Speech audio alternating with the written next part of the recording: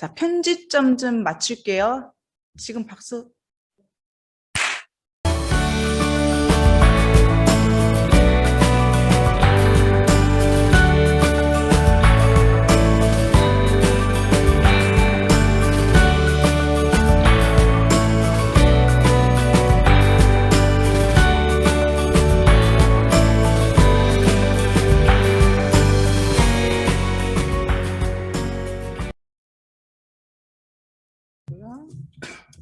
자, 이 화면이 수강생분들이 보시는 화면이고요.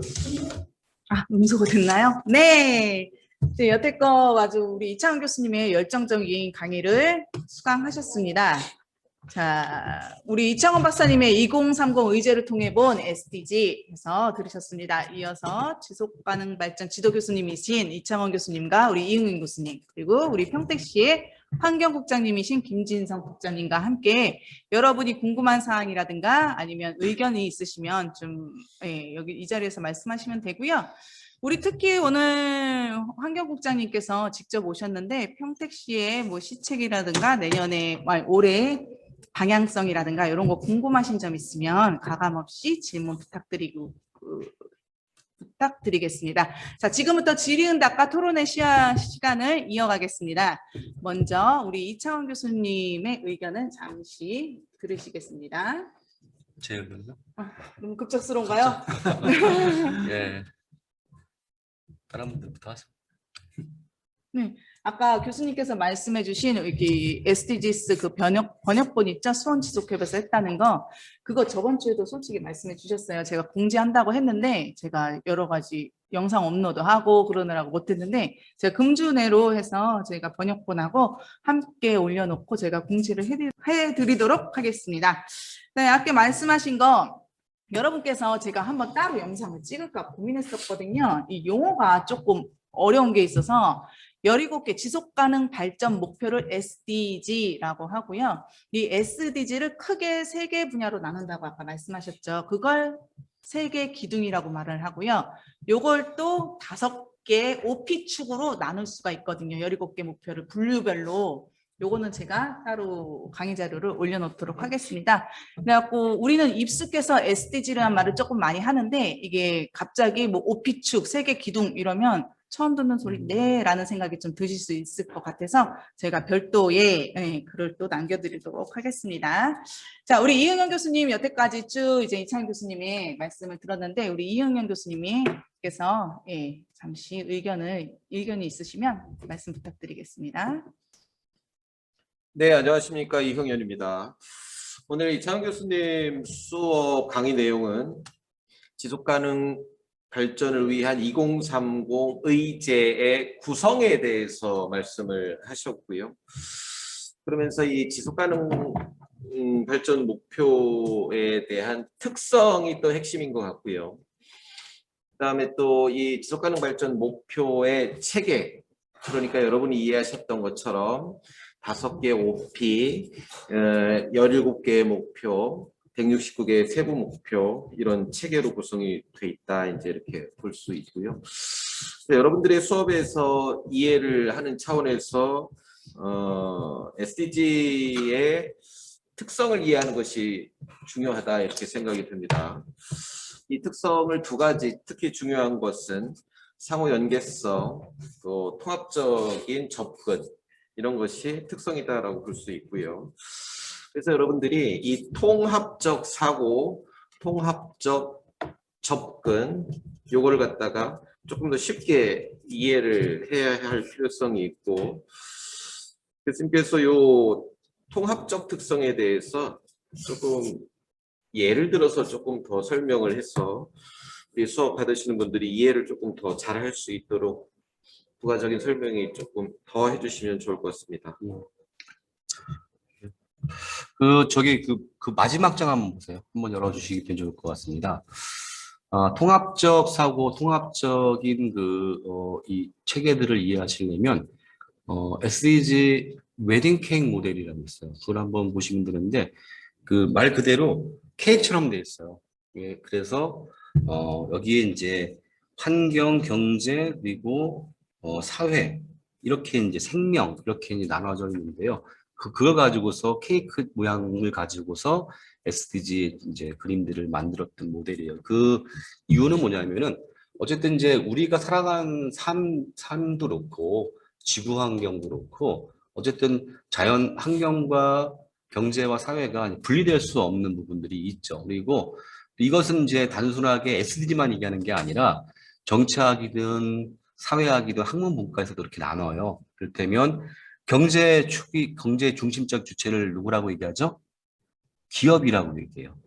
그리고 두 번째, 정치의 주요한 주체들을 누구라고 얘기하죠? 정부라고 얘기해요. 그 다음에 일반적인 어떤 생활 세계의 주체라고 할 수 있는 것은 뭐죠? 시민이에요. 그래서 정부, 시장, 시민사회라는 이제 3문법을 가지고 그 학술적인 차원에서도 세계를 해석해 하는 틀이 있어요. 마찬가지로 인류의 삶도 지금 근대 인류의 삶도 그렇게 환경, 경제, 사회로 좀 나눠줄 수가 있죠. 근데 이게 이제 근대에서 조금 더 민주주의가 제도화되고 안착화되면서 뭘 고민했냐면 그 근대는 갈등 사회예요. 쟁투하는 사회고 싸우는 사회예요. 그래서 기업과 정부와 시민사회가 협동하기보다는 투쟁하는 관계였죠. 근데 이 민주주의가 안착화되고 제도화되는 과정 속에서 뭐가 나오냐면은 파트너십이 나옵니다. 차이를 존중하고 인정하면서 동시에 함께 발전할 수 있는 길들을 찾는 거죠. 그게 바로 이제 두 가지 축이 되는 거예요. 평화축, 파트너십 축이 되는 거죠. 그렇게 이해하시면 될 것 같고요. 또 하나 뭐냐면은 SDG는 그 첫 시간에도 얘기했던 것처럼 1번 목표는 사회축이긴 하지만 환경과 분리될 수 있어요, 없어요? 없는 거죠. 왜? 빈곤을 해결하지 못하면 밀림을 개간할 수밖에 없어요. 그렇죠?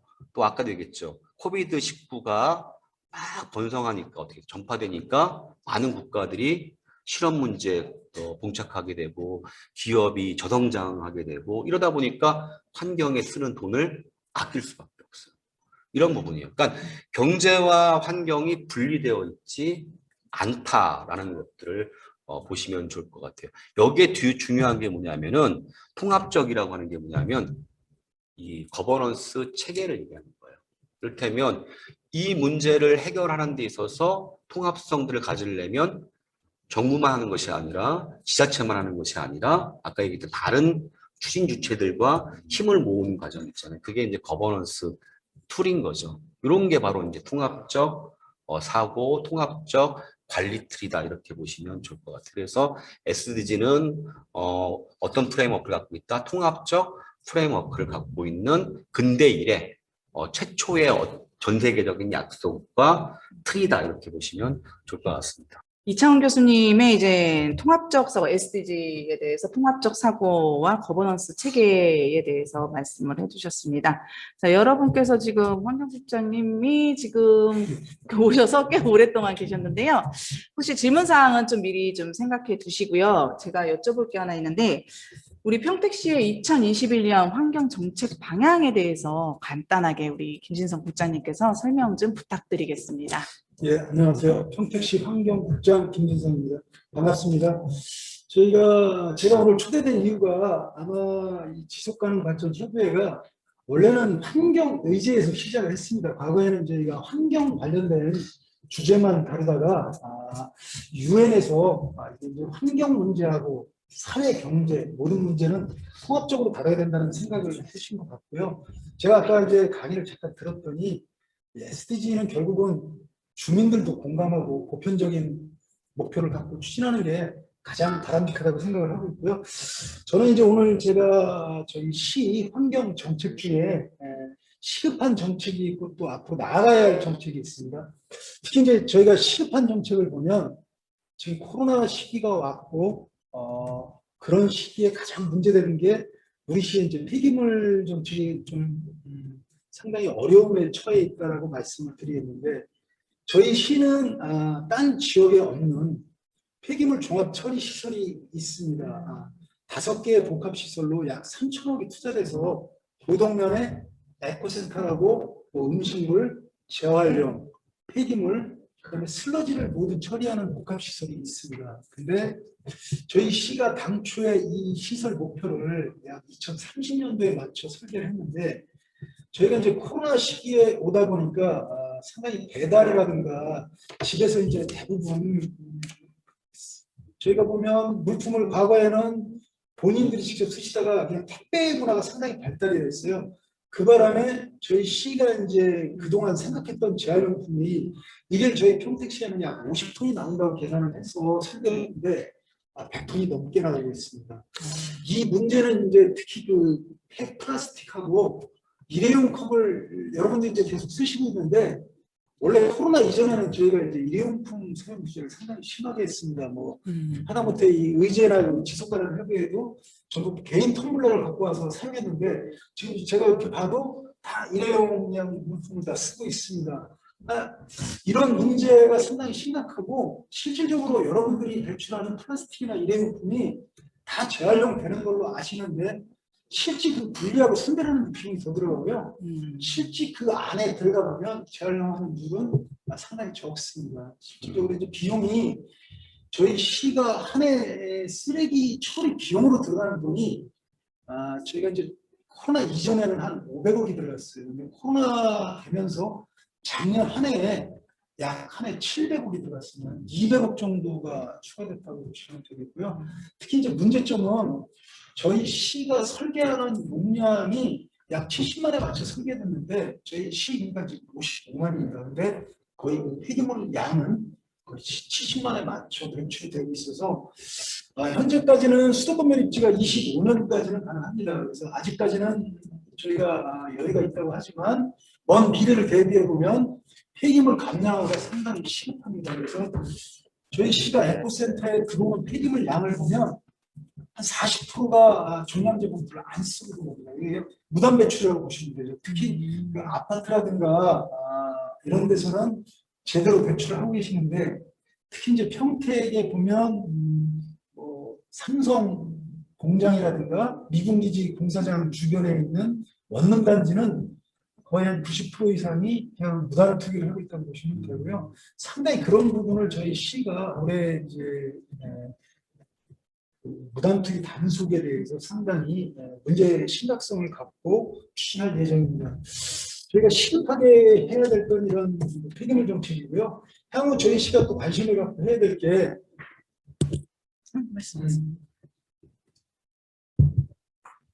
아까 교수님도 저탄소 얘기를 했는데 기후 변화에 적응할 수 있는 탄소 중립 도시가 되기 위한 과제가 상당히 시급합니다. 저희가 오늘도 이제 의회에서 탄소 중립 연구회 활동을 하고 왔습니다. 그런데 저희 시가 녹지가 17% 전국에서 최저입니다. 그러니까 이제 녹지가 탄소원을 흡수하는데 흡수율은 17%고 저희가 농경지가 약 38%가 있습니다. 농경지도 탄소 흡수원이 아니라 탄소를 배출합니다. 그 반면에 또한 저희 지역의 산업단지는 17개구로 17개소로 경기도에서나 전국에서도 가장 많은 또 산업단지가 있습니다. 이런 이유로 해서 상당히 저희 시는 탄소원을 줄이는데 상당히 어려움이 있습니다. 그래서 저희 시가 하반기에 연구 용역을 해서 우리 시에서 나오는 모든 탄소 배출원을 조사해서 아까 이제 교수님도 데이터가 중요하다는데 데이터가 상당히 중요합니다. 어느 부분에서 어느 양이 발생되나 저희가 조사해서 가장 시급한 정책을 저희가 추진하려고 하고 있고요. 또한 저희 평택시에 또 여러분도 이제 많이 아시겠지만 미세먼지가 그동안 전국에서 최하위였습니다.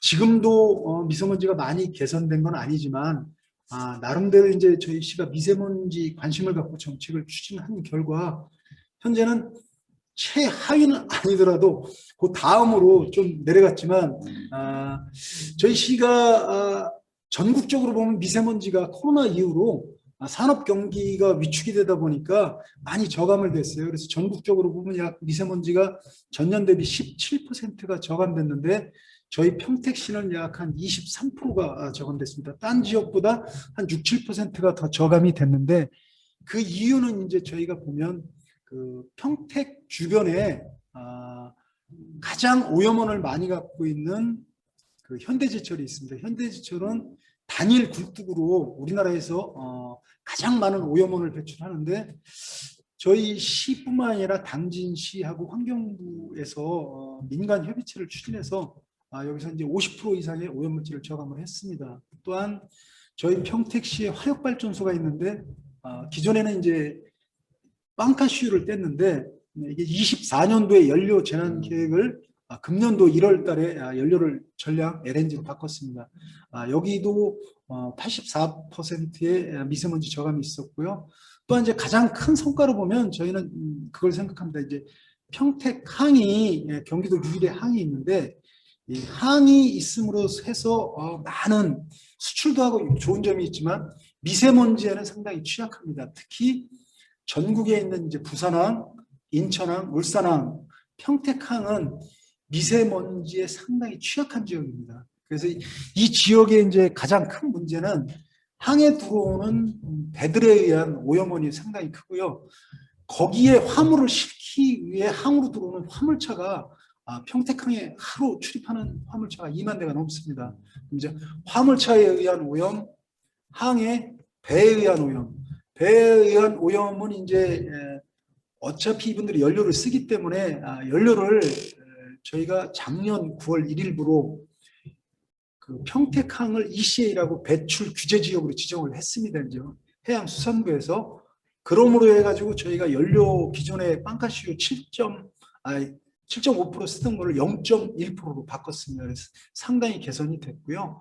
또한 이제 항에 배가 들어오면 그동안 동력을 쓰던 거를 AMP라고 이제 전력을 쓰는 장치도 솔직히 말씀드리면 28개 선석 중에 2개 선석만 설치가 돼 있고 앞으로 30년까지 모든 선석에 AMP가 설치가 돼야 됩니다. 또한 이제 항구에 출입하는 그 화물차를 단속하기 위해서 저희가 이제 CCTV를 달아서 LED라고 매연을 측정할 눈으로 그 CCTV에서 단속할 수 있는 감시 장치 시스템을 설치를 했습니다. 저희가 볼 땐 이런 그 평택항 주변에 이런 개선이 딴 지역보다 저희가 좀 상당히 그 미세먼지가 저감이 됐다고 생각을 합니다. 또한 평택이 또 마지막 문제는 이제 수질 문제도 상당히 심각한데요. 계속 평택은 오염원이 많습니다. 이 평택호에 나가 보셨으면 아시겠지만 평택호는 저희 평택시 물뿐만이 아니라 경기도 8개 시군하고 천안, 아산, 충청도에 2개 시군 물이 저희 평택호로 다 들어옵니다. 근데 이 물이 농업용수도 4급수인데 4급수를 상회하는 5급수의 수질기가 상당히 좀 수질 등급이 안 좋다고 생각하시면 되고요. 금년하고 작년에는 조금 이제 경제가 위축돼 가지고 녹조가 들켰는데 어떤 때는 1년 한 10개월이 녹조가 낄 정도로 상당히 시급합니다. 그래도 아무튼 올해 이제 저희가 정치권의 힘을 발휘해 가지고 평택호 수질 개선 협의체를 이제 아마 6월 달이면 다음 달이면 저희가 출범을 할 것 같고요. 그렇게 되면 국가에서 많은 예산을 들여서 평택호 수질 개선하는데 앞으로 저희 시도 그렇고 저희 시가 먼저 개선을 하고 상류 지역에 아마 수질 개선을 요구해야 된다고 생각을 하고 있고 앞으로 저희 시는 뭐 여러 가지 환경적으로 좀 어려움이 있지만 다양한 정책을 좀 추진하도록 노력을 하겠습니다. 탄소원 배출원을 줄이는 데 좀 어려움이 있다는 말씀과 올해 하반기에 연구 용역이 실시된다고 하는데 결과도 조금 궁금하기도 합니다. 미세먼지에 대해서 이제 현대제철과 평택항에 대해서도 말씀해 주셨고 평택항을 왔다 갔다 하는 화물차에 대해서도 말씀해 주셨는데요.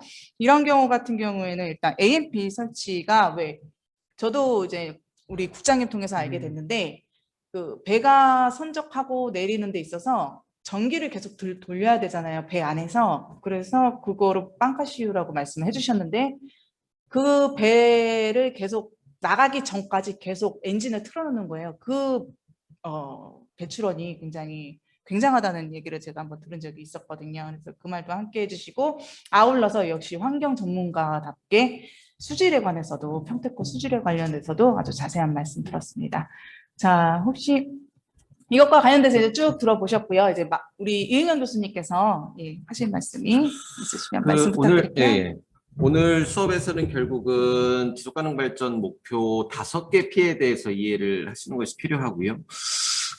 평택시는 경제적으로 굉장히 성장하는 도시임에 틀림이 없고, 그렇지만 경제 성장에 있어서 또 관심을 갖고 진행해 왔고 양적인 성장을 가져오긴 했지만, 지금 환경 차원에서 보면 이게 환경이 굉장히 또 중요해지고 있는 시점이다 이렇게 볼 수 있고, 사회적인 측면에서 보면 그럼 결국은 어쨌든 이 환경을 굉장히 중요하게 문제라고 볼 수도 있고 또 개선해야 될 부분들이 있는데, 사회적인 접근을 해보면 그래서 항상 건강하셔야 되겠다 이런 생각이 듭니다. 맞습니다. 네, 그렇게 이해를 하시면 되겠고요. 여러분들 이 5개 비축 17개 목표는 긍정적으로 보면 보편적인 가치이고 우리가 추구해야 되는 글로벌적인 어떤 보편적 가치임에 틀림이 없습니다. 그렇지만 부정적으로 보면 결국은 해결해야 될 문제이고 지속 가능성을 담보하기 위해서 그 해결 과제를 갖다가 설정을 하고 이행해야 되는 부분이 있습니다. 글로벌적인 접근은 결국 보편적 가치인 것이고 로컬의 접근은 결국은 이행이다 이렇게 볼 수가 있죠. 우리가 오늘 수업에서 이제 그 OP 169개의 목표에 대해서 이해를 좀 하고 그것을 갖다가 잘 이해하기 위해서는 각각의 지표들에 대한 내용들을 꼼꼼하게 읽어볼 때에 우리가 이 가치가 무엇인지 문제가 무엇인지 어떻게 이행해야 될지가 이제 나오는 것 같아요. 오늘 이 어떤 그 5개 비축 169개의 아니 17개의 목표를 갖다가 수업을 들으시면서 어떤 느낌을 가졌는지 얘기를 좀 해주시면 좋겠습니다. 너무 어려운 것 같은데요. 점점 저번 주보다 내용이 깊어지는 것 같아서 따로 공부를 많이 해야겠다고 느꼈어요. 사회, 경제, 환경 방향성이 명확하고 그 다음에 이 목표가 또 17개의 목표와 169개의 세부 목표를 가지면서 굉장히 체계적이다. 그다음에 어떻게 이행해야 될지도 명확하게 나와 있다. 이런 게 이제 SDG의 특징일 수도 있습니다. 네, 우리 질문을 한번 받아보겠습니다. 자, 우리 발표자님들 얼굴이 모습이 지금 다 보이고 있습니다. 손 흔들기를 이용하시거나 채팅을 이용하시거나 화면에 이렇게 흔들어 주시면 예, 저희가 질문을 받도록 하겠습니다. 홍정인 너무 독점하시는 것 같은데 일단은 홍정인 우리 수강생님의 질문을 먼저 받도록 하겠습니다. 우리 국장님께 좀 여쭤보세요. 네, 감사합니다. 아니 왜 꼭 진영을 했어요? 저번 수업에서도 그 기업에서 이제 SDG를 신경 써야지 이제 소비자한테 좋은 반응을 얻는다는 말씀들 주셨고, 오늘 이제 환경국장님도 폐기물이랑 재활용 문제를 지적해 주셨잖아요. 근데 제가 예전에 비대면 산업 박람회를 갔더니 생각보다 환경 관련된 산업을 하는 회사는 많구나라는 걸 느꼈었어요. 그리고 AI 로봇이 선별을 해서 이제 재활용품을 어떻게 재활용할지 이런 걸 선별하는 것도 환경 포럼에서 봤고, 그래서 그렇게 생각보다 환경 문제를 해결하는 기업도 늘고 기술도 발전했는데 막상 그 친환경적인 상품이 실생활에서 우리가 인식할 수 있을 정도로 늘었다든지 아니면 말씀해주신 것처럼 폐기물이나 재활용 문제가 해결되었다든지 이런 걸 생각해보면 솔직히 잘 모르겠거든요. 그래서 그렇게 기업이나 기술은 발전했는데 왜 실생활에선 저희가 차이를 못 느낄지 궁금했어요. 네, 이 말씀 우리 국장님께서 해주시겠습니다. 제가 그 질문 나올 줄 알고 공부를 좀 했습니다. 근데 실질적으로 이제 제가 알아보니까 우리나라하고 중국만 이 제도가 잘 안 되고 있다고 하는데 실질적으로 이제 다른 선진국은 폐 플라스틱이나 이 폐 비닐을 쓰면 반드시 그 원료 만드는 회사에서는 재생 원료 비율을 50% 이상을 쓰게 돼 있습니다. 그 얘기는 뭐냐면 현재 폐플라스틱 나오면 에너지에서 만드는 게 오히려 싸요. 재생하는 게 오히려 비용이 더 들어가니까 지금은 이제 과거 그 재활용 업체가 플라스틱을 갖다 재활용을 했는데 의무 규정이 없습니다. 그러다 보니까 원유가 싸면 거기서 나오는 걸로 원료를 만드는 게 훨씬 싸기 때문에 아무도 재생을 안 합니다. 그러다 보면 이건 그냥 폐기물로 그냥 우리가 소각을 하든지 다른 거로 써야 되는데 저는 앞으로 이런 지속가능 발전 협의회라든가 모든 시민들이 반드시 재생원료 비율은 저는 글로벌 기업은 다 하고 있는데 왜 우리나라는 안 하고 있을까 고민이 있고요. 한 50% 이상은 반드시 나왔던 플라스틱은 다시 재생을 할 수 있도록 그런 제도가 반드시 시급히 또 추진돼야 된다고 생각을 하고 있고 아무튼 시민의 목소리들이 상당히 중요하다고 생각을 합니다. 의제에서도 좀 이 지속협에서도 그런 문제에 좀 관심을 갖고 좀 추진해 주길 바랍니다. 그러면 이응현 교수님 지명을 해주십시오. 지금 이제 그 환경국장님도 오시고 여러분들 그 세계 차원 그러니까 경제, 사회, 환경 차원 중에서 환경에 대한 이해를 다른 경제나 사회와 연결지어서 좀 이해를 잘 하셔야 될 필요성이 있어요. 이 환경은 전 지구라고 볼 수 있습니다. 그러니까 좀 넓게 크게 볼 수 있죠. 그러면 이 전 지구라는 곳 안에 사람이나 조직이 있는 것이고 이걸 이제 사회적인 측면으로 이해를 해야 하는 것이고 이 사람이나 조직의 상호작용을 어찌 보면 경제적인 차원으로다가 이해를 할 수 있을 거예요. 그러니까 결국은 전 지구적인 차원에서 이해를 해서 전 지구를 살리지 않으면 사회도 경제도 없다 이렇게 볼 수 있는 것이고요. 이 세 개의 기둥들이 있을 때에 이창환 교수님께서는 그 밑에서 받쳐주고 기반이 되는 것 이것을 갖다가 우리는 제도나 또는 파트너십이라고 이해를 하시면 괜찮을 것 같아요. 그 혹시 또 질문이 있으신가요? 지명? 글쎄 오늘 수업을 굉장히 열심히 들으신 분이 아까 있었는데 제가 다 긴장을 하고 계신 거예요. 갑자기 나가시는 분들이 갑자기 막 생기셨어요. 잠깐만요. 나가시기 전에 저기 다음 페이지 한번 넘겨주시겠어요? 우리 어떤 분 참여를 조금 안 하신 분이 누가 계실까요? 윤미정 네. 수강생님. 지금 놀라셨어. 눈 동그래지셨어. 하고 싶은 말씀이나 질문사항, 평소에 궁금했던 사항 있으시면 간단하게 한번 말씀해 보세요. 저는 특별하게 질문할 건 없고요. 뭐라 그래야 되나, 저는 아무래도 여자니까 주부잖아요. 그래서 가정에서부터 환경이나 자녀들을 교육할 때 잘 지켜줘야 되지 않나 그런 생각들을 많이 해봅니다. 가정에서 사사로운 거 아이들부터 이렇게 교육을 잘 시켜야 되지 않나. 네, 결론은 그겁니다. 감사합니다. 네, 우리 윤미정 수강생님의 의견 잘 들었습니다. 자, 수강생 전체 좀 부탁드릴게요. 우리 김태수 수강생님, 아까 일찍부터 좀 들어와 계셨는데요. 혹시 궁금한 사항이나 하고 싶으신 말 있으시면 말씀 부탁드릴게요. 네, 말씀하세요. 네. 오늘 강의 잘 들었고요. 제가 환경국장님한테 좀 드릴 말씀이 하나 있습니다. 그렇습니다. 지금 폐기물 재활용 비율도 말씀하셨고, 기업에서 재활용 사용 비율이 50%, 외국에는 50% 가까이 사용하고 있는데 우리는 그게 잘 이행이 되지 않는다고 말씀하셨는데 그 이유가 있을 것 같아요. 물론 비용 측면에서 재활용 비용보다 신제품을 갖다 쓰는 게 더 비용 면에서는 싸다 이제 그렇게 말씀하셨는데 이 환경 문제는 비용의 문제만 단순하게 비교할 건 아니라고 보고요. 그럼 기업에서 재활용품을 같이 쓸 수 있는 비율을 높이는 방법이 폐기물 처리 업체의 처리 기술 개발이라든지 이 R&D 사업이 폐기물 처리 기술에 대해서는 별로 없는 것 같은 생각이 드는데요.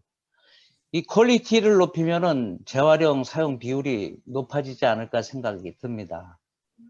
그래서 그런 폐기물 재활용 업체에 지원을 하더라도 뭐 R&D 사업 지원도 물론이지만 어떤 처리 비용을 좀 지원을 해줘서 생산업체들이 재활용 자재를 사용할 수 있는 좀 비율을 높이는 그런 좀 정책적으로 좀 생각을 해 주셨으면 어떨까 뭐 그런 생각을 해봤습니다.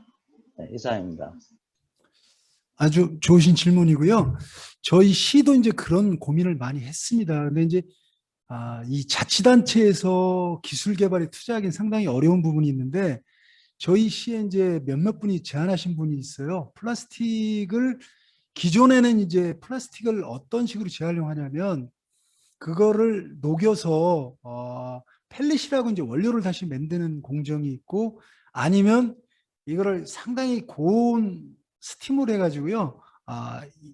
연료유를 만드는 회사가 있습니다. 이제 이렇게 하는데 한계점이 있어요. 아까 말씀드렸다시피 그렇게는 비용보다 원료를 쓰는 게 훨씬 싸기 때문에 그런 문제가 생겼기 때문에 이제 제도도 따라야 되지만 앞으로 저희 평택시도 저희 7개 소각장이 예전에 있었는데 이 소각장을 저희가 이제 재활용 센터로 바꾸려고 하고 있습니다. 이제 거기서는 모든 물질을 재활용할 거고 특히 이제 그 폐플라스틱을 갖다 저희가 이제 지금 검토 중에 있는데 그 LNG라고 있어요. LNG는 순간적으로 마이너스 169도까지 내려갑니다. 그러면 이 플라스틱을 갖다 순간적으로 냉동을 시키면 유리같이 돼요. 그러면 압착을 시키면 미세하게 다 부셔집니다. 유리같이. 그러면 이걸 물로 선별해서 다시 원료로 이제 저희가 하는 사업을 추진할 거고 또한 그 7개 소각장에 현재 이제 코로나가 되다 보니까 사람들이 집에서 나오는 물품이라든가 여러 가지 물품이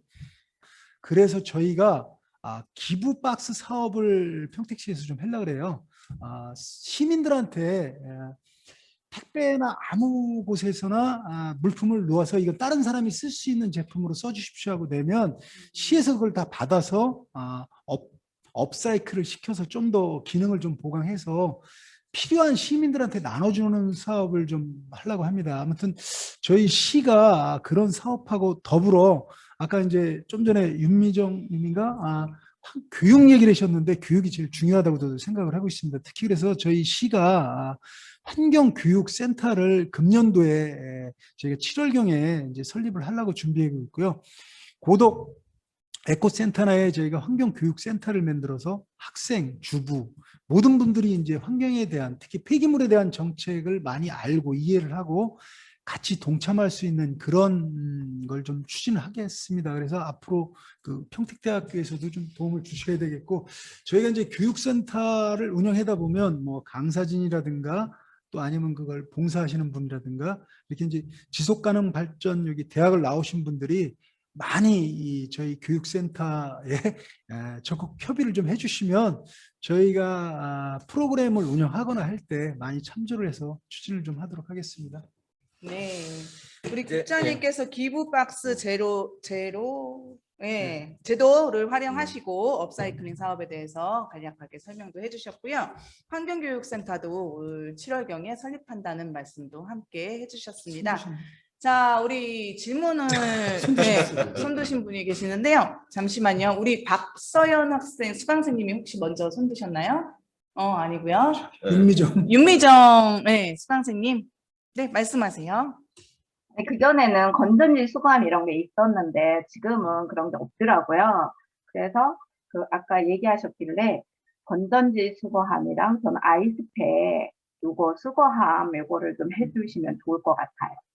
네, 그거를 좀 알겠습니다. 말씀을 드리고 싶습니다. 네.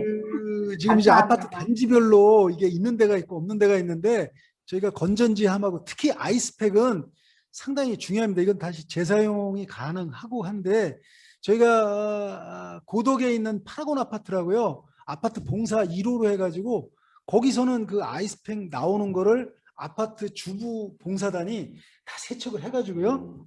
시장에 그걸 필요하신 분들한테 나눠주는 사업을 합니다. 저희가 아파트 단지에 이걸 계속 넓히는 사업을 계속 할 겁니다. 그리고 이제 아파트 단지를 떠나서 아니면 저희가 이제 그 분리수거함에 아이스팩은 별도로 모아서 저희가 이게 터트리면 수질도 오염되고 폐기물도 상당히 많이 나옵니다. 그래서 이게 평택호 수질 문제 여러 가지를 따지면 특히 아이스팩이 상당히 많이 나오는데 아이스팩은 저희가 반드시 다 전량 100% 재활용하는 사업을 하도록 좀 하겠습니다. 네, 우리 국장님께서 말씀해 주셨는데요. 채팅으로 질문이 좀 들어왔습니다.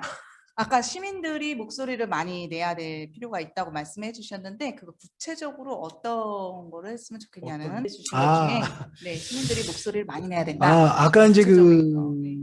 재활용 특히 이제 그 플라스틱의 원료 만드는 공장에서 원료의 비율에 재생 원료를 50% 이상 쓰도록 하는 거는요. 왜 이게 중요하냐면 플라스틱 만드는 공장에서 반드시 재생 원료를 쓰게 되면 본인들이 플라스틱을 다 수거해서 그 원료를 반드시 쓰게 돼 있습니다. 그래서 이제 그 부분은 저희 지자체에서도 건의하지만 주민들이 우리는 재생 원료 제품을 쓰겠다. 시민들이 그런 사고나 마인드를 갖고 있으면요. 지금 제가 알고 있기로는 뭐 스타벅스라든가 글로벌 기업에서는 다 재생 원료라든가 종이라든가 이런 거 특히 빨대도 지금 안 쓰게 되고 있고요. 이런 거 하나하나는 모든 시민의 목소리가 반영돼서 그런 기업들이 마인드를 갖고 환경 정책을 추진한다고 생각을 합니다. 특히 이 지속 가능 제가 이 목표에서도 보면 시민들이 그런 요구 목소리가 있어야지 정책에 반영이 되고 그게 추진된다고 생각을 하고 있고요.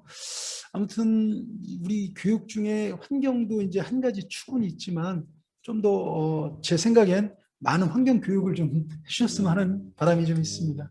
네, 우리 국장님께서 환경 교육에 대해서 많이 신경을 쓰셔야 될 필요도 있다고 하시는데, 잠시만 누가 또 손 드셨네요. 우리 변정순 수강생님, 네, 음소거. 네, 네. 안녕하세요. 네, 요전에 미세먼지가 평택에 되게 심했었는데, 제가 그때 평택에 있질 않아서 모르는데, 미세먼지가 심했을 때 경보나 주의보 같은 그런 문자가 오고 있는지도 좀 궁금하고요. 그리고 또 재활용 문제에 있어서, 아파트 부분에서는 잘 되고 있는데, 지금 빌라 단지나 아니면, 원룸 단지 쪽은 재활용이 잘 안 되는 것 같더라고요. 그러면 외부에서 우리 평택에 들어오는 사람들한테 교육이 좀 필요할 것 같은데 다른 지역에서 왔을 때 우리 평택이 재활용을 어떻게 해야 되는지 외국인이나 아니면 다른 지역에서 온 사람들한테 좀 홍보가 필요하다는 생각을 했었어요. 거기에 대해서 평택시는 어떻게 생각하고 그 환경국장님은 어떻게 생각하고 계시는지. 네, 답변 드리겠습니다. 저희 시에 이제 문자 발송을 요구하신 분이 한 5만 명이래요. 근데 실제 이제 이 문자 신청을 하신 많은 시군이 어떤 시군은 인구가 11만인데 8만 명이 문자 발송 요청을 하셨대요. 특히 이제 저희 미세먼지 같은 경우에는요, 그 미세먼지 알림 서비스 요청하신 분한테는 저희가 문자가 가능하고 특히 이제 요새는 재난 문자가 가지 않습니까? 그 재난 문자 신청하신 분한테는 저희가 문자가 가는데 그렇지 않은 분한테는 미세먼지에 대한 알림 서비스가 현재는 본인 동의 없으면 저희가 강제적으로 못하고 있는 점이 있고요. 그래서 이제 저희 시의 고민은 많은 지역에 미세먼지 알림 표시판을 저희가 이제 추진을 하고 있습니다. 지금 배다리 공원도 가보시면 아마 그 알림 미세먼지 표시판을 저희가 해놓고 그런데 솔직히 말씀드리면 앱을 까셔서 확인하면 다 확인이 가능한데 매일매일 확인하기 어렵잖아요. 그래서 이제 모든 분한테 문자를 받기를 원하면 그 문자 정보 미세먼지 문자 정보 신청을 하시면 그거에 대한 정보는 다 가고요.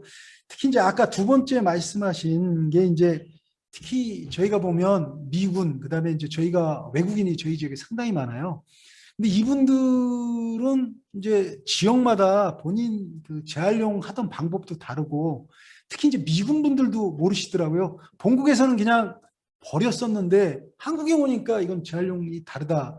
그래서 이제 저희가 지금 새로운 미군 신병들한테는 반드시 오리엔테이션을 할 때 이 환경 재활용 자료를 제공을 하는데 저희가 이제 그 모든 평택에 오는 외국인들한테는 아직 그 시스템이 좀 안 돼 있습니다. 그래서 저희가 이건 다문화 센터를 통해서 좀 해야 될 것 같은 그런 부분도 필요하고 특히 이제 평택으로 오시는 분들한테 저도 그래서 이제 항상 그 부분을 생각을 했는데 특히 이제 환경 정책, 복지 정책을 하나 이렇게 수첩으로라도 좀 만들어서 알려드릴 필요가 있는데 그 부분이 조금 안 되고 있는 것 같아요. 아무튼 저희가 내년도 정책에는 평택시에 이렇게 주민등록을 옮기는 분한테는 아무튼 뭐 수첩이 됐든 아무튼 뭐 이렇게 카탈로그가 됐든 아니면 그거를 뭔가 따로 활용할 수 있는 거에 최소한의 이제 필요한 사항을 좀 명기를 해서 홍보를 해야 되지 않나 그런 생각을 예, 합니다. 우리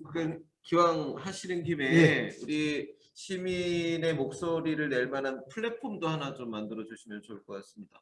환경 측면에서 환경 측면에. 의견을 내놓고 뭐 이렇게 좀 했으면 예. 좋겠다. 여기가 좀 안 좋다. 이렇게 우리의 목소리를 좀 들을 수 저희 있는 플랫폼을, 홈페이지에 예, 솔직히 예. 이제 미세먼지 게시판은 있습니다. 근데 저희가 지금 말씀하신 대로 저희가 이게 온라인상에도 그렇고 오프라인상에 저희가 환경교육센터를 만들면 에코센터 내에 환경 공유방을 만들어서요. 자료도 저희가 거기도 놓고 환경에 관련 토론도 할 수 있고 지금 거기에 알아서 자료도 제시하고 의견도 제시할 수 있는 그런 공간을 좀 만들도록 노력을 좀 하겠습니다. 네, 오늘 엄청 너무 길어집니다. 많은 일을 네, 지금 말씀하신 대로 이 환경이라는 게 교육이 굉장히 중요하다는 말을 하는데 일단 다른 사람들은 당장 눈앞에 보이는 어떤 해결 방안을 좀 요구하는 경우가 많아요. 일반 분들은. 근데 제가 볼 때는 환경 교육이 왜 중요하냐면 나무를 심어서 어린 나무를 심었다고 해서 당장에 공기가 정화되는 건 아니거든요.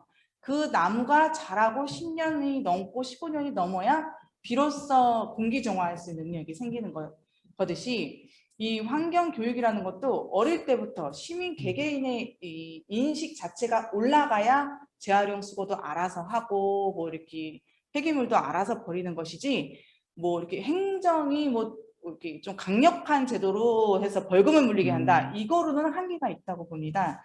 시민의 플랫폼을 이렇게 만들어 준다는 것보다는 행정이나 우리가 딱 마련해줘서 여러분께서 하고 싶은 말 마음껏 하세요라는 플랫폼도 좋지만 시민 자체적으로 모여서 만든 플랫폼은 그 누구도 따라가지 못하고 그거대로 실시될 확률이 많습니다. 그리고 행정이 만들어주거나 우리가 만들어주는 것보다는 자체적으로 이렇게 같은 뜻이 모여서 자연스럽게 형성되는 플랫폼이 가장 적합하지 않나 이런 생각도 들기도 합니다. 자, 지금 시간이 계속 흘러가고 있는데요. 네, 혹시 지금 성주님께서 손을 드셨는데요. 간단하게 짧게 좀 간단하게. 부탁드릴게요. 오늘 교수님 강의에서 제가 좀 소중하게 얻은 그 전 지구적인 마인드, 이 부분이 저는 제대로 좀 인지가 되었는데요. 그리고 우호적이고 이런 부분에서 저희가 변해야 되는 부분이 사실 저희 평택이 미세먼지가 굉장히 많아서 쓰레기가 없으면 쓰레기를 태우지 않고 그리고 소각하지 않은 이런 부분이 이렇게 원초적인 운동을 하고 있어요. 하고 있는데 지금 여기에서 더 중요한 건 기후변화가 굉장히 급속도로 심각한 상황인데 유럽같이 좀 플라스틱을 거의 제로에 가깝게 사용하지 않게 환경부나 나라, 아까 정부 말씀하셨잖아요. 그런 법 제화가 중요하다고 생각하는데 이런 부분에서 시민의 목소리가 모이기에는 너무 속도가 느리니까 이 부분은 이렇게 공식적인 이런 지속가능 발전 협의회가 전국적으로 다 이렇게 뭉쳐서 똑같은 목소리를 내서 좀 플라스틱을 자제할 수 있는 법 제화를 해야 그 16번을 보면 평화라고 있지만 거기에 정의와 제도가 있는데 그리고 파트너십, 우호적인 이런 부분에서 이 제도화로 끌고 갈 수 있는 건 저희로는 너무 빈약하더라고요. 그래서 이런 부분을 교수님과 그리고 지금 국장님이 오셨기 때문에 환경부에 이런 제안을 해서 지속가능발전협의회가 전국적으로 모여서 법 제화를 해서 저는 플라스틱이 굉장히 큰 문제라는 다이옥신뿐만이 아니라 이런 걸 지금 환경 그런 공장 뭐 이런 협력업체 그런 데에서도 다 재활용 안 하고 태워버리면 결국은 미세먼지는 최종적으로 미세먼지를 마시는 건 인간이잖아요. 그래서 이런 부분을 국장님께 좀 주제 넘게 강하게 어필하고 싶습니다. 예. 네. 저한테요? 네. 알겠습니다. 네, 감사드리고요. 의견 감사드리고 예. 네, 일단은 뭐 이렇게 질문이라기보다는 이렇게 갖고 계신 의견을 제안 비슷하게 해서 말씀을 하신 것 같습니다. 자, 우리 이창훈 교수님, 네. 그 초반에만 좀 말씀하시고 하셨는데 간략하게 나온 수강생들 질문이나 의견을 통해서 그러니까 지금 이제 일상적인 생활 속에서의 실천 문제를 우리 국장님께 굉장히 잘 말씀해 주셨고요. 사실 그 평택에서 택시가 어느 지역보다 굉장히 또 환경 생태를 지키기 위한 노력들을 하고 있습니다. 우리 또 국장님 이하 많은 공무원, 공직자들도 노력을 하고 있다라는 걸 재확인할 수 있어서 굉장히 기뻤고요. 마지막에 그 성주님께서 이제 이야기했던 부분들 되게 가슴이 와닿았어요. 왜냐면은 지속가능 발전협의회는 사실은 그 환경운동 단체는 아니고요. 거버넌스 기구이죠. 이를테면 관과 혹은 다양한 이해 관계자들을 연결시켜내는 측면들이고 교육과 정책과 그리고 제도를 만드는 데 굉장히 역할을 많이 하고 있습니다. 그래서 그 역할들을 강조하셔서 감사드리고 최근의 움직임들을 좀 말씀드릴게요. 이건 뭐 플라스틱 문제만이 아니라 이제 탈탄소 아까 탈탄소 중립 문제 얘기했잖아요. 이거와 관련해서 지금 지속가능 발전 협의회는 탈탄소 지역화 전략을 지금 구축하고 있습니다. 그래서 한 4가지 정도를 지금 같이 고민하고 있는데 첫 번째가 뭐냐면 탄소 중립화 이제 책임감을 지정하고 운영하는 제도를 만들어 보려는 이제 여론들을 환기시키고 있습니다. 두 번째는 온실가스 그 배출량이라든지 감축 그 잠재량을 좀 선정하고 정책별 시나리오를 이제 분석해서 지원하기 위한 풍계 지원 체계를 지금 환경부나 다양한 이제 지자체와 연계해서 노력하고 있고요. 또 한 가지 국가 이제 환경 계획이 있을 거예요. 그리고 탄소 중립을 위한 지방정부 이제 계획이 있죠. 이런 것들을 연계해서 지역 맞춤형 기후변화 대응 체계 수립 법제화를 지금 준비하고 있어요. 그리고 탄소 중립 도시 지원을 선정하고 그리고 이것을 이행할 수 있는 제도적 기반을 좀 만들기 위한 노력들을 하고 있습니다. 그리고 최근에는 지속가능 발전법 지속가능 발전 기본법을 제정하기 위한 운동을 하고 있습니다. 어쨌든 지금 이제 기존에 우리가 그 환경부에서 이제 그 국가지속가능발전위원회를 같이 협의해 왔지만 이것을 조금 더 한 단계 격상시키는 좀 운동을 좀 전개하고 있어요. 그래서 대통령 직속 내지 혹은 총리 직속의 국가지속가능발전 이제 협의체 운영들을 할 수 있는 그런 어떤 기구들도 만들고 법도 만드는 것들도 하고 있고요. SDG를 지속가능 발전 목표를 국가 전략으로 수립하기 위한 촉구들을 진행하고 있습니다. 지금 이제 P4G라고 하죠. P4G라고 해서 지금 서울시에서 정상회의를 하고 있습니다. 올해 이제 세계적으로 3개의 국제 행사가 있어요. 첫 번째는 4월 달에 있었던 조 바이든 미국 대통령이 주최했던 기후정상회의가 있습니다. 두 번째가 지금 진행되고 있는 서울의 정상회의가 있고, 이건 이제 성장 문제, 그리고 국제 성장이죠. 그 다음에 기후변화 문제, 그리고 지속가능 발전 2030 목표와 관련해서 전 세계 지도자들이 모여서 결정을 하고 있는 거고요. 세 번째가 이제 그 11월 달에 아마 기후변화와 관련된 또 하나의 이제 큰 대회가 준비 중에 있습니다. 여기서 SDG의 국가 전략화 혹은 SDG 이행 체계 구축과 관련한 문제들을 진행하고 있다. 이걸 좀 말씀을 드리고 싶고요. 어쨌든 그 법제화 문제와 관련해서 전국 지속가능 발전 협의회도 이클레이라고 있어요. 세계 지방정부 협의회, 그리고 지속가능 발전 지방정부 협의회, 한국 지속가능 발전 학회가 협동을 해서 지금 그 지속가능 발전법 개정 운동을 벌이고 있습니다. 아무튼 많은 부분 관심 가져주시고요. 올해 안에 좀 뭔가 변화되는 지속가능 발전 정책이 나올 수 있도록 힘을 모아줬으면 좋겠습니다. 감사합니다. 네. 우리 김덕일 부회장님께서 오늘 있었던 강의와 처음부터 끝까지 들으셨는데요. 토론을 들으시고 총평 한 말씀 부탁드리겠습니다. 네. 오늘 그 이창훈 교수님 강의 몇 번 이렇게 들어봐도 항상 새로운 것 같아요. 여러분들 새로 들으시는 분들 있을 거고 또 뭐 2번 이상 들었으면 좋겠지만 오늘 그 강의 내용이 어떻든 이제 우리 지속가능 발전 대학의 총론적인 얘기들을 들으셨다 이렇게 보시면 될 것 같고요. 근데 어떻든 우리 김준성 과장님 늦은 시간 이렇게 참석해 주셔서 이렇게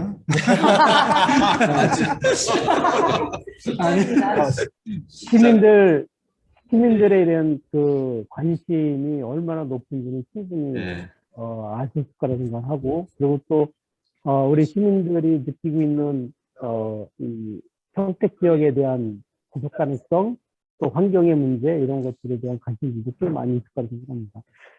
저는 이제 마지막 드리고 싶은 말씀은 어떻든 여러분들 주변으로부터 사회 문제, 그다음에 경제의 문제, 그리고 환경의 문제, 이거를 어떻게 통합적으로 한번 고민을 해보실 건가를 통해서 나로부터 평택 지역의 지속가능 발전 목표를 어떻게 만들 건지, 그래서 세부 계획은, 세부 목표는 어떻게 세울 건지, 뭐 이런 고민들을 이제 여러분들이 다음 강의부터는 좀 더 적극적으로 해나가셔야 되는 거 아닌가 생각합니다. 아무튼 오늘 늦은 시간까지 구성해 주신 우리 두 분의 교수님들, 그리고 김성 국장님 정말 다시 한번 감사 말씀드리겠고요. 우리 강의생 여러분들 상강까지 정말 고생 많으셨습니다. 또 다음 4강에서 뵙도록 하겠습니다. 수고들 하셨습니다. 네, 감사드리고요. 우리 윤미정 수강생님께 우리가 다음 주에 첫 질문을 드릴 기회를 드리겠다 이랬는데, 환경국장님 계실 때 꼭 말씀드리고 싶은 게, 아이고 죄송해서 어떻게 늦은 시간까지. 하셔야죠. 뭐. 네, 말씀하시겠어요? 제가 간단하게. 네. 제가 음식물 분쇄기 요즘 홈쇼핑에서 많이 나오잖아요. 근데 그 음식물 분쇄기를 제가 설치하려고 문의를 했는데 이제 그 찌꺼기가 한 20%나 몇 프로 남지 않느냐 그랬더니 와서 설치를 하는데 그거를 빼주고 설치를 해주겠다는 거예요.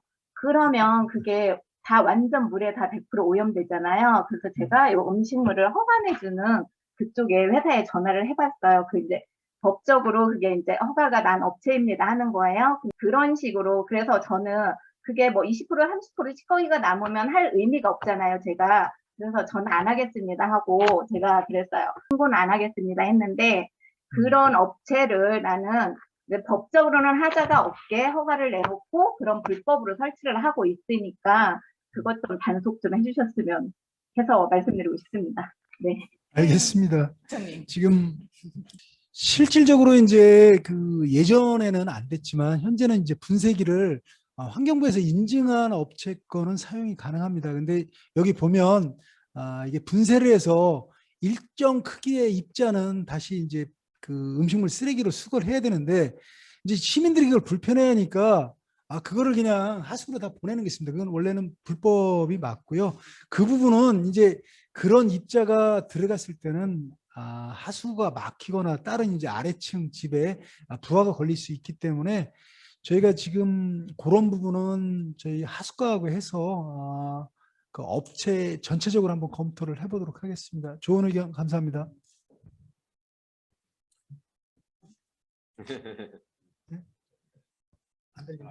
잠시만요. 예, 알겠습니다. 네. 예, 잘 예. 알겠다는 말씀인 것 같습니다. 자, 오늘 지금 2시간이 넘는 시간 동안 우리 교수님들하고 우리 국장님, 그리고 우리 부회장님과 저기 주무관님하고 우리 정책 팀장님이시죠? 예. 또 지켜보고 있었습니다. 한 20초만. 네네, 20초, 딱 20초 드리겠습니다. 오늘 이창훈 교수님 강의는 SDG 지속가능 발전 목표의 전체적인 이해입니다. 그래서 이 수업이 굉장히 중요하고요. 이 수업이 중요한 만큼 여러분들이 많이 이해를 하셨으면 좋겠습니다. 그 방법은 결국은 우리 지속가능 발전 목표와 관련된 전문, 서문, 또 목표들 이런 것들을 꼼꼼히 한번 읽어보시기를, 아까 이제 우리 교수님이 강의 시작하시기 전에 말씀을 하고 또 했는데 굉장히 중요한 수업입니다. SDG에 대한 목표를 머릿속에 갖고 가느냐 마느냐 요 문제이기 때문에요. 여러분들이 요 내용들을 꼼꼼히 좀 한번 읽어보시고 이해를 하시고, 왜 그러냐면 이것이 우리의 문제이고 또 우리의 가치일 수도 있는 것이고, 또 이런 것이 여러분들의 용어로서 머릿속에 들어올 때에 통합적으로 사고할 수 있고 SDG 사고를 할 수 있고 행동할 수 있다라고 생각이 돼요. 그래서 여러분들의 용어가 됐으면 하는 생각이 들고, 그래서 꼼꼼히 좀 읽어보셨으면 하는 생각이 듭니다. 이 여러분들의 개인적으로나 또 여러분들이 속한 조직이나 사회에서 이런 일거리나 사업들이 이런 방향성을 갖고 있고 또 이런 것들이 진행되려면 여러분 스스로가 이 지속가능 발전 목표에 대한 이해가 필요한데 오늘 수업은 그 전반적인 목표에 대한 이해 부분에 있어서 좀 꼼꼼하게 읽어보시면 여러분 개인적인 삶이나 아니면 공동체나 조직에서 어떤 일들을 SDG 방향성을 갖고서 실천을 지역에서 할 수 있는 중요한 수업이니까 좀 당부를 드리고 싶습니다. 네, 22초 걸리셨습니다. 감사합니다. 자, 늦은 시간까지 나와주신 우리 김진성 국장님, 마지막 평이 좀 예. 어떠신가요? 어디 가서 보시니까. 저도 오랜만에 들으니까 대학생이 된 기분이고요. 교수님들이 너무 어렵게 하시는 것 같아요. 조금 쉽게 강의를 좀 해주시다 부탁을 드리고요. 아무튼 앞으로 저희 평택시 환경 정책은 민관이 같이 할 수 있는 방향으로 많이 정책을 좀 바꾸도록 노력을 하겠습니다. 오늘 감사합니다. 네, 큰 반짝이 박수로 감사하다는 표현을 드리겠습니다. 아유, 고생 많으셨습니다, 국장님. 자, 이제 늦은 시간까지 저희가 오늘 3강을 진행했는데요. 추가로 궁금하신 사항이 있으면 저희 쪽에 강의 평가할 때 그때 의견을 남겨주시면 저희가 따로 모아서 전달해 드리도록 하겠습니다. 자, 오늘 3강 늦은 시간까지 이어졌습니다. 모두 수고 많으셨습니다. 수고하셨습니다. 고생하셨습니다, 여러분. 수고하셨습니다, 국장님. 예.